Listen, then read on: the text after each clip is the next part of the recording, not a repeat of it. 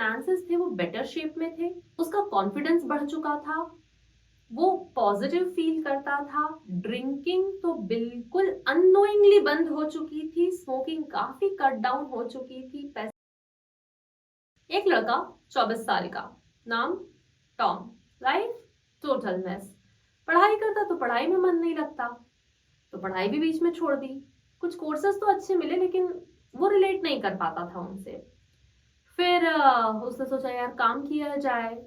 From waiter to manager to gardener सारे काम करके देख लिए, सेटिस्फैक्शन कहीं नहीं था और समथिंग इज मिसिंग वाली फीलिंग बनी रहती थी।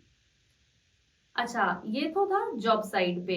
रिलेशनशिप साइड पे और पर्सनल लाइफ के साइड पे बड़ा अकेलापन, और उसे दूर करने के लिए दोस्त, ड्रिंक, पार्टी, डेटिंग ये करता था। काम करने का मन तो उसका तब भी नहीं था, लेकिन काम तो करना था, बिल्स तो पे करने थे, तो इसलिए वो काम स्विच करता रहता था बार बार अपने जॉब से, ये सोच के कि शायद ये नहीं किसी अगले में मुझे सेटिस्फैक्शन मिल जाएगा। खाने पीने की आदतें खराब, अलग ही ट्रैक पे लाइफ चल रही थी। तब उसकी लाइफ में एक लड़की आई और उसको लगा कि इसके साथ मैं अपनी लाइफ बिता सकता हूँ। कुछ वक्त अच्छा गया, दोनों ने शादी कर ली, दोनों बड़े खुश भी थे। लेकिन जॉब के साइड पे जो टॉम का एक जो एक लैक ऑफ सेटिस्फैक्शन बना हुआ था वो तब भी बना हुआ था। वो सेटिस्फाइड नहीं था और वो बार बार जॉब स्विच करता था।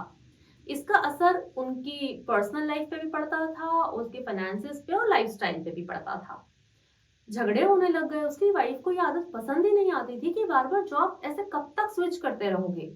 वो अपनी जगह सही थी, टॉम भी अपनी जगह सही था कि उसको सेटिस्फेक्शन ही नहीं मिलता है कहीं भी। बार बार प्रॉमिस करता था अब नहीं करेगा, पर थोड़े दिनों में फिर वो जॉब छोड़ ही देता था।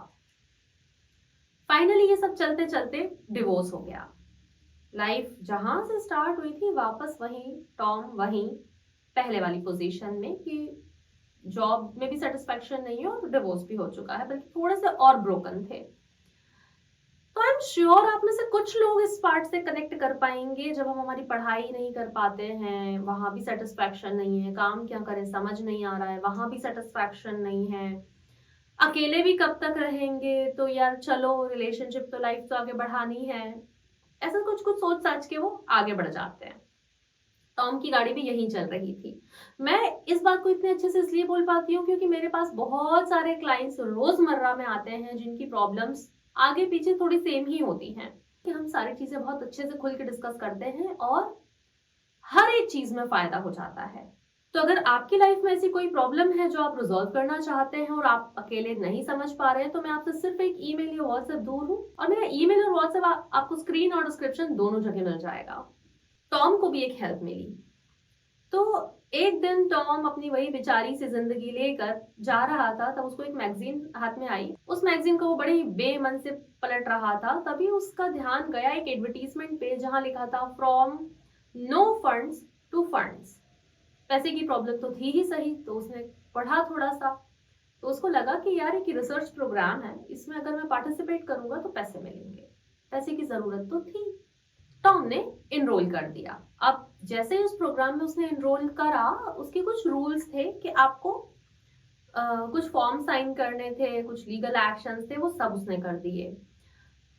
और जैसे कि हमेशा होता है कि हम कोई भी जब कोर्स में ऑप्ट करते हैं, रिसर्च प्रोग्राम में हम आगे जाते हैं, कुछ दिनों में हमें वो सब कुछ अनोइंग लगने लग जाता है। टॉम के साथ भी यही हो रहा था। उसको लग रहा था अब छोड़ दूं, अब छोड़ दूं, लेकिन वो ऐसा कर नहीं पा रहा था क्योंकि उसको मालूम था कि मुझे इस चीज के पैसे मिलेंगे। लेकिन वो सबसे लास्ट में, और वो 4 महीने का रिसर्च प्रोग्राम था। अच्छा, उस रिसर्च प्रोग्राम में टॉम को अपने बिलीव्स तो पता चले ही चले कि उसके क्या बिलीव्स थे जो उसकी ग्रोथ को हिंडर कर रहे थे, जो कि उसके लिए काफी आई ओपनर था। अब हमारी लाइफ में जो भी एरिया सफर कर रहा होता है, जिस एरिया में हम सफर कर रहे होते हैं, उसमें कहीं ना कहीं हमारे कुछ ना कुछ बिलीव जरूर होते हैं जिन्होंने हमें होल्ड करके रखा हुआ होता है, आगे नहीं बढ़ने दे रहे होते हैं, और हम स्टक और स्टैग्नेंट फील करते हैं। आई एम श्योर आप समझ पा रहे होंगे मेरी बात को। तो अगेन, अगर आपको अपने बिलीव्स पता करने हैं पैसे के ऊपर या रिलेशनशिप के बारे में, तो मैं आपसे एक ईमेल दूर हूं। लेकिन उस रिसर्च का सिर्फ यही एक पार्ट नहीं था, एक और हिस्सा भी था। उस रिसर्च में आपको जो भी पैसा, एक भी रुपया आप जब भी खर्च करोगे, जिस भी चीज के लिए खर्च करोगे, आपको उसका एक जर्नल मेंटेन करना था। और उसके साथ साथ आपको ये भी लिखना था कि जब आपने ये खर्च किए तब आप सोच क्या रहे थे। ये चीज टॉम के लिए एक्चुअली बहुत अनोइंग थी और उसको ये हर तीसरे दिन रिपोर्ट सबमिट करनी होती थी। पहला महीना बड़ा खराब बीता, बहुत अनोइंग था और somehow he did it। तीसरा महीना आते आते वो थोड़ा सा कंफर्टेबल होने लग गया था, लेकिन तीसरा महीना खत्म होते होते टॉम के जो फाइनेंसेस थे वो बेटर शेप में थे, उसका कॉन्फिडेंस बढ़ चुका था, वो पॉजिटिव फील करता था, ड्रिंकिंग तो बिल्कुल अननोइंगली बंद हो चुकी थी, स्मोकिंग काफी कट डाउन हो चुकी थी, पैसा बचने लग गया था। जो वो रोज सुबह दोपहर शाम बाहर से कुछ भी लेकर खा लेता था, वो आदत बंद हो चुकी थी। अब वो मोस्टली हेल्दी खाना खाता था और एक टाइम तो वो घर पे ही बनाता था। तो इसमें उसकी आदतें भी चेंज हो रही थी, प्लस उसकी फीलिंग्स चेंज हो रही थी, वो ज्यादा कॉन्फिडेंट होने लग गया था और उसको अपना जो एक जर्नल है, अपना रूटीन है, वो नजर आने लग गया था। 4 महीने होते होते रिसर्च खत्म हुई और अच्छा, ये सब कुछ जब आदतें टॉम की बदल रही थी तो 4 मंथ्स में टॉम ने अराउंड 8 kg वेट भी लूज करा। टॉम बहुत खुश था, वो खुश रहने लग गया। और ये जो कैरेक्टर है टॉम, ये तो ऑफ कोर्स एक इमेजिनरी कैरेक्टर है, लेकिन ये जो रिसर्चर्स हैं, ये सच में हुई हैं इस तरह की स्टडीज। जब ये पाया गया कि जब आप अपनी किसी एक हैबिट को ट्रैक करते हैं तो उसका असर बाकी चीजों पर भी जाता है और इसको कहा जाता है बटरफ्लाई इफेक्ट।